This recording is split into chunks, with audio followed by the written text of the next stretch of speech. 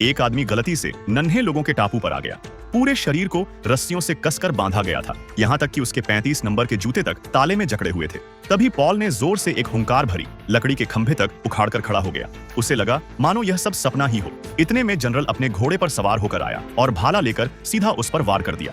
फिर कई सैनिकों ने मिलकर कांटे जैसे हुक फेंके जो पॉल की मोटी कमर में अटक गए और सबने खींचना शुरू किया। बेचारा पॉल संभल नहीं पाया और धड़ाम से गिर पड़ा, फिर बेहोश हो गया।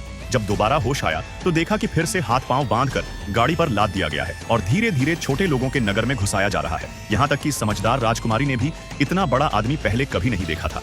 अगले दिन पॉल को खेतों में ले जाकर हल खींचवाकर खेती करवाने लगे। इसी बीच शाही महल पर दुश्मन देश के घातक हथियारों ने हमला बोल दिया। जनरल ने तुरंत रथ घुमा दिया और पॉल को लेकर महल की ओर चल पड़ा। पॉल तेज कदमों से भागा, मानो जमीन कांप रही हो। उसकी रफ्तार 60 किलोमीटर प्रति घंटा थी। महल पहुंचकर जनरल ने पॉल को झुकने का आदेश दिया। खुद कूद पड़ा और बोला, प्रिंसेस को मैं अकेले ही बचाऊंगा, कोई सैनिक बीच में न आए। लेकिन कार्ल जानता था कि जनरल फिर से डींगे मार रहा है, इसलिए उसने पॉल की बेड़ियां खोल दी और उससे मदद की गुहार लगाई। संकट की घड़ी में पॉल सबसे पहले पहुंचा, उनको उठाकर ऐसे मसल दिया और फिर उन्हें घुमाकर मछली तालाब में फेंक दिया। इस तरह राजकुमारी आसानी से बच गई। जब तक जनरल पहुंचा, लड़ाई खत्म हो चुकी थी। राजकुमारी ने पॉल का तहे दिल से धन्यवाद किया, लेकिन राजा अभी भी जलते महल के भीतर फंसा हुआ था।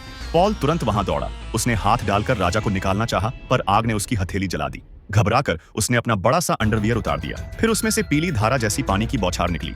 कुछ ही पलों में पूरी आग बुझ गई। असर कमाल का रहा। तभी जीत की होड़ में पीछे न रहने वाला जनरल भी पहुंच गया।